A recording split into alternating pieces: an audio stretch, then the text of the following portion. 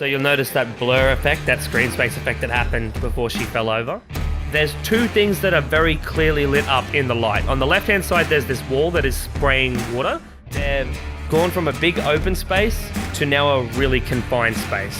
They've changed the music over completely. It's dark, we don't know what's going to happen. It's completely changed the mood of the scene.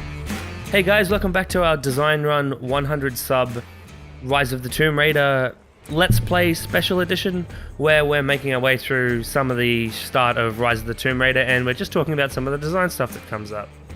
We've just gone through a bunch of cutscenes, and we finished on this note of Lara falling out of the Jeep and hitting her head, so let's keep going.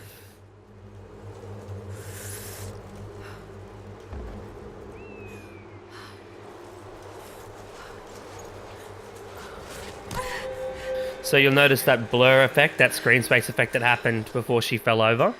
And she left some blood on the rock there, actually. Very subtle, but a nice touch. A nice touch. But yeah, blur the screen and then she falls over to try and sell that idea that she's hit her head and she's a bit dazed.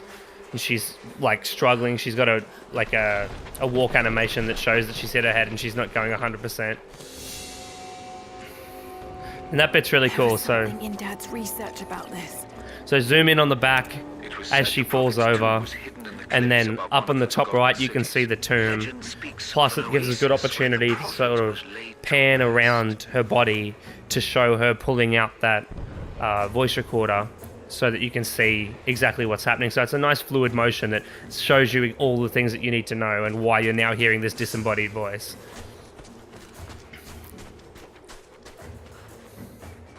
And I found this out actually when I was mucking about. If you just stand here and don't do too much, it will throw that tip up for you. So they understand that you still need to. You might still be learning the gist of what needs to happen, like what the main mechanics of the game are. And so when you muck about, if you don't work out what you're doing, or if you're new to the game, or if you haven't played one of these sorts of games before, well, they detect when you might have been mucking about for a little bit, and they pop up this little one that says X, jump up to grab ledges. And then so obviously you're going to have a look around, and these ledges here are highlighted. They're a little bit more obvious than everything else, which is also a common trope for these sorts of games, where they use color to highlight the areas where you need to go.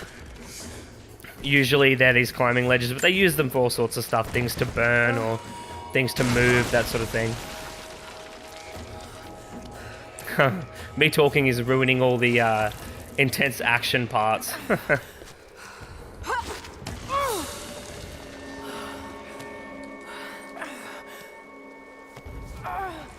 That's a pretty cool reveal as the camera comes around and you see the tunnel opening, like shelf thing in front of you. It's pretty cool. Could this really be it?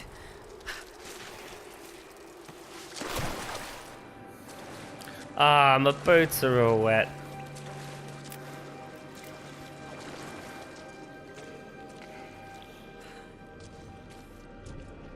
The old little glow stick out so you can see.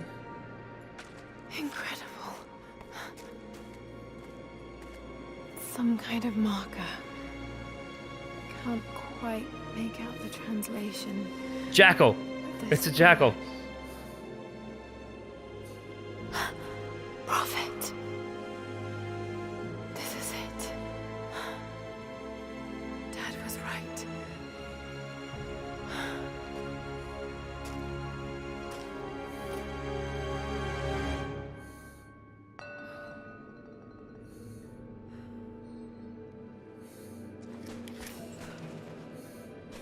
Okay, so this is another one of the main mechanics of the game, these survival instincts. So as long as you are standing still and you don't move, it will highlight the things in the area that are relevant to you in order to interact with, or things that you can learn stuff from, that sort of thing. So as we come up to one of these mirrors, we can press square. He's shown here performing healing miracles. Dad's notes mention this. And if you actually look closely, you can see that next to the prophet's head there with his little halo, there is actually a little Greek symbol which you learn. which is part of the increasing Greek understanding. And they've got this little just it's an introduction to this idea of these Greek characters, where if I try to read this, Some sort of marker. Byzantine script, but I can't quite make it out. I can't unlock it. And then, so obviously the idea is that I would have a bit of a look around with my survival instincts and see all this stuff that's highlighted. And then hopefully, I don't have to. I can just run straight through the area, I'm pretty sure. But hopefully I'll look at each of them and gain the idea that if I read different things in the environment, then certain, like my language skill in Greek will increase, and then I will be able to I'll hopefully put 2 and 2 together so that Greek language will allow me to read more things in the environment. And so as soon as it levels up to number 1, now I can read that monolith. It gives you the little pop-up, says monoliths, translate the monolith. I'll just double check to see whether I can actually go forward here, just for sake of posterity.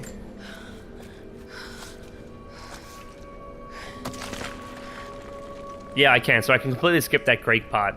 And I'm guessing the point in that is... I'm guessing that the point of that is that you aren't necessarily required to do the Greek part. That's all technically, I guess you would call a collectible. So you can run straight through, but then... I don't think she survived the crash. All right, let's go. Constantine wants to breach the tomb before sundown. Ooh. They're after the tomb. I've got to find it before them. My Greek is still a little rusty, but it's pointing Level to 1. something hidden nearby. I'll mark down the locations. Cool, and so that then shows you, okay, you can click into your map. It's a little map tutorial. You can jump in, select this. This is what it's flashing because that's what you just revealed. You can press X on it, which will like set it as a point, and then you can jump out. And then when you jump into, not that one, into survival instincts, it shows it as this big blue objective beam on the map. So it's this little tutorial to show you how you can take advantage of things in the environment to get information and then mark those things on the map to be able to find stuff that you can use. And so in the end, ancient coins can be traded for upgrades and equipment. So now you know that it's a good idea to potentially have a bit of a look around in your environment. And it sells that idea without being like too heavily handed and just giving you a box of text. Although it does give you a fair few boxes of text, it's after each action is relevant, so it's not dumping all this information on you at once. It's pretty good.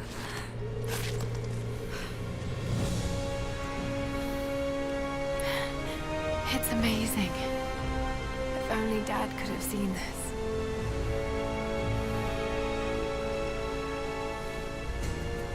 This is a good example of framing. So you come out of this hallway.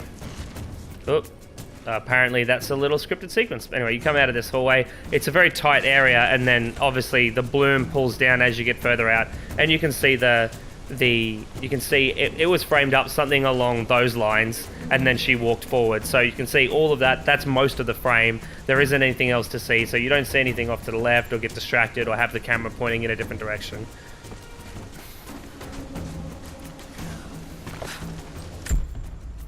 Another tooltip, just showing you how to work the objective markers, which is just survival instincts to show you where to go, essentially.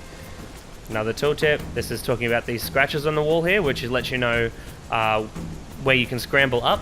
So these are like the signifiers that I spoke about in my affordances and signifiers video, where Nathan Drake would have scratches on the wall where you could stand up and walk along the ledge as opposed to hang from it. And so this game has this scramble ability where you can jump up the wall.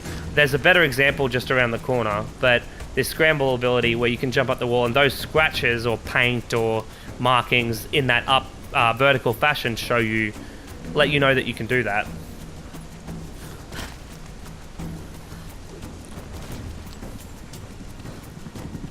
So we hear this helicopter as well. This is another part. So this is an example of good use of space and camera control, and using the fact that the player's range of motion is restricted based on what they're doing, and we can use that to our advantage so that we can show them something knowing that they aren't going to be looking in a different direction. So if I jump over here, get a bit more helicopter, And then if I jump up and scramble up this wall, there we go. Oh no. There it is. Already here. Got to get inside.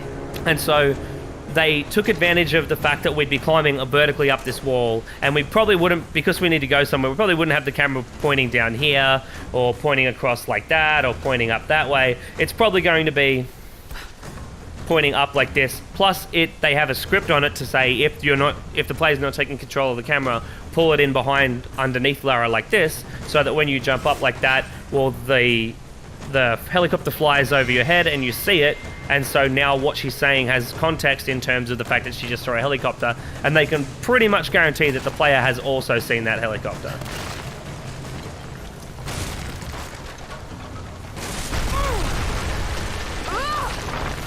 Why does every bridge break? Every bridge breaks in all of these games. Okay, so that was another example of where they cut on action. So you jump off that falling pillar, and they cut into this scene of her falling down and then turning around and looking at the bridge falling over. And that's also another trick that they do in these games, where I believe that would have unloaded all that previous section of the level that we know. So now we can't get back across there because the bridge is all fallen down and whatnot. And this is now the end of the level, so we don't need to keep any assets from the cave. We don't need to keep any assets from the cliffside, and we now get that memory back. But it's logically consistent because we have because we, as a player, we can't get back there. The bridge has fallen down. Well, we can't go back. Well, we've got to go forward. But that's also helps us as designers to be able to control the memory that we have for our game without obviously teeing them up to the fact that we were doing that. And like if you go back and play something like the first Uncharted, there's lots of doors that you have to jam triangle on, like triangle, and lift the door up and then squeeze underneath and then let the door down. And that's the cue for loading in the next part of the level, is that if you're on that, as you press triangle, they're loading in all the assets on the other side. Relentlessly until finally confronting them in their hidden oasis. And this is the example that I was saying of the scratches. You can see them a little bit better in this example than you can back on the bridge. But so you've got these vertical scratches, although this stuff's paint, and I think the last ones really were paint as well. But sometimes it's scratches, sometimes it's paint, sometimes I believe it's blood. It just depends. Yeah, it just lets you know that you can scramble here. And that helps particularly in set pieces when you're running from explosions and things are falling over and there's debris going everywhere. You've got a signifier to tell you you can see ahead of you, say 3 jumps. Excuse me. You can see ahead of you 3 jumps, and you can say, oh, okay, I need to jump, and then I need to jump and scramble up that next part, and then I need to continue jumping, rather than being a little bit less sure and potentially failing in one of those parts.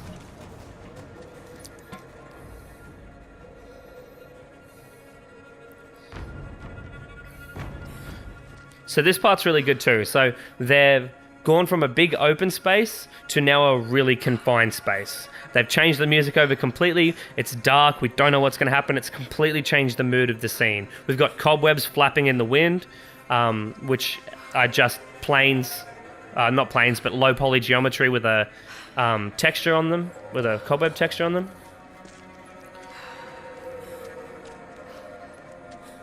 It's tight. She has to creep along. Damn it. Come on.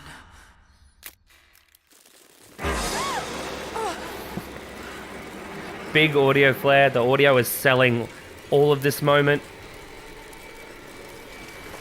And so now there's scorpions. Scorpion fell on you. You feel claustrophobic. You're feeling like you want to get out of here. There's a glimmer of light at the end of the tunnel. The music's really intense. We just want to be out of here. It's scary and nasty. It feels bad.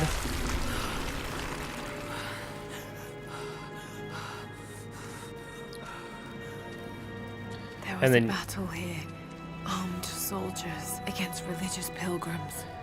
And then you bust out. Order of Trinity. You get this big reveal of being inside the temple. You get old mate in the background who's on a spike. lit up where there's all these bodies in the corner. You get the music changes to give you this big reveal. Oh my god, you're inside this ancient cavern. It completely changes the mood up again. But having something that's really like restrictive and thin and intense and scary and dark gives you a big moment of contrast when you bust through that wall, and now you have a wider open space. You've got the big reveal, the music changes back to horns away from strings. It's just like it's an awesomely crafted moment. If you had just been outside and you had to walk through the door, it would have been cool, but it would have been one of those like situations that's just like, oh, okay, now we're inside. It wouldn't have been this awesome sort of like punch through the wall and oh my god, we're inside this ancient temple. And so doing those little crafted moments really does help just change up that emotional frequency in your game, as opposed to it just being a long and monotonous trudge. My son, the Order of Trinity has received word that... I'll skip that. You can pause if you wanted to read that. But those scrolls are essentially collectibles.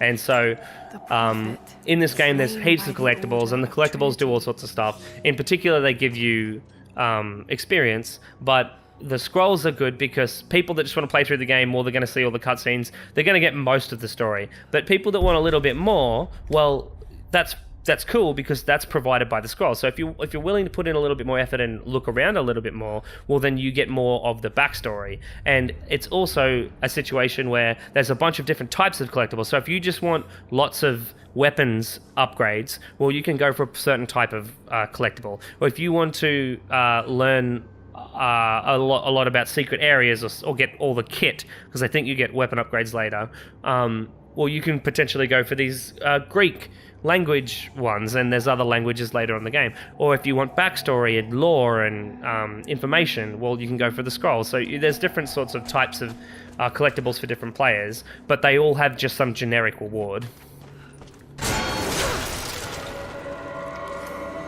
Damn it. That was too close. So this is a little shooter tutorial to teach you how to use your gun. So we haven't used the gun up until this point, but it's pretty iconic of Tomb Raider as a franchise. Are these silver greyish pistols? And so when you hold L2, it gives you a little tooltip, and it's got a thumbnail basically that says, oh, you need to shoot the box. So shoot structural weak points to destroy traps and break rope connections. And then we also get the little reticle UI element turning red so that you know that we can shoot this thing. And we can't actually do any damage to ourselves on these spikes either. So it's a good little situation where the only way to progress forward is to teach yourself essentially how to point this gun at this piece of wood and shoot it, which destroys the obstacle, which lets us get through. And as you saw, there's also a in-world contextual reason why it stopped. So it swung down and it ran into that crossbeam, which we now duck under.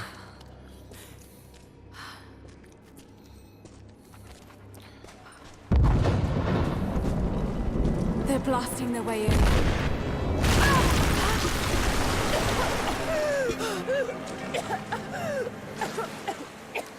Well, I might go back here, actually. So now, what this actually is, to spoil it for everybody, but because we're learning about the game design elements in this game, this is actually a tutorial that's a little bit more complex to learn those shooter mechanics, like the last one, but we're just testing the player again to make sure that they understand what they're doing without the tooltips telling them what they're doing. So if you have a look at this frame, which is where you fall down and stop, there's two things that are very clearly lit up in the light. On the left-hand side, there's this wall that is spraying water, and on the, I guess right in the top in the middle of the screen, is this lit up pallet hanging from a rope, which has a box on it. So now the idea, obviously, is that if we run around here, we're not going to be able to get out because there's nowhere to get out. Might be a and way to release that old platform.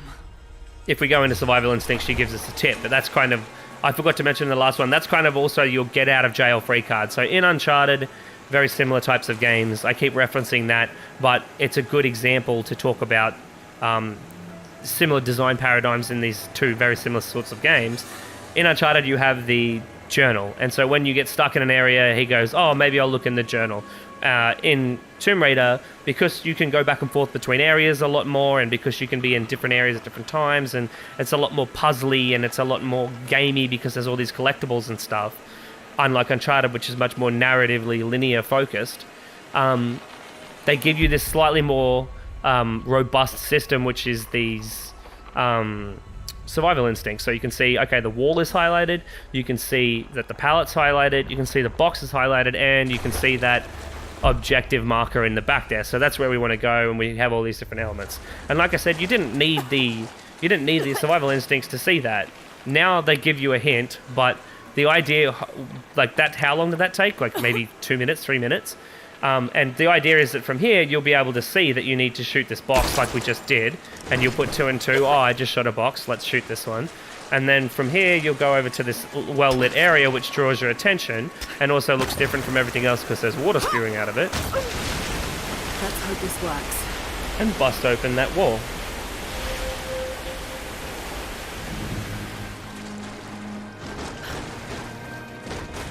But now we can climb up on the pallet, climb up here, and we're good to go. So again, just learning to use the mechanics a couple of times, both situations with no pressure, no chance of hurting yourself, no chance of failing, just so that you can get the hang of the gun, moving it around, pointing it at something, shooting at something, just the usual stuff. Because we don't want to throw the player into a situation that's really intense and panicky straight away, because they will potentially fail. And that's where we were talking about in the flow video about how you don't want to increase the challenge too quickly. So putting someone under time pressure straight away, they might not even know that mechanic. That skill might not even be anywhere yet. It might be at completely zero. And so if you put them under any sort of intensity, there's a chance that you're going to knock them out of the flow zone and put them in frustration straight away.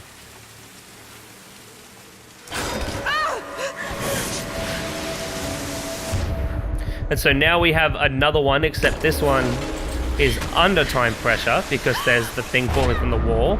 You get the slow motion to see what you're doing, but so you had 2 chances to practice using the gun. Now we're going to put you under a little bit of pressure. We're going to teach you to swim faster by tapping circle in this intense situation where you need to be able to swim faster.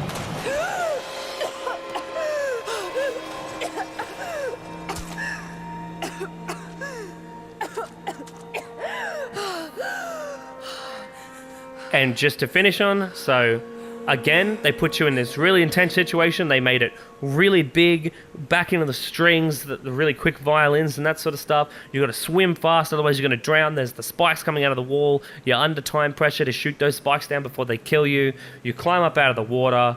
There's this steam in front of you. And so then you walk up here.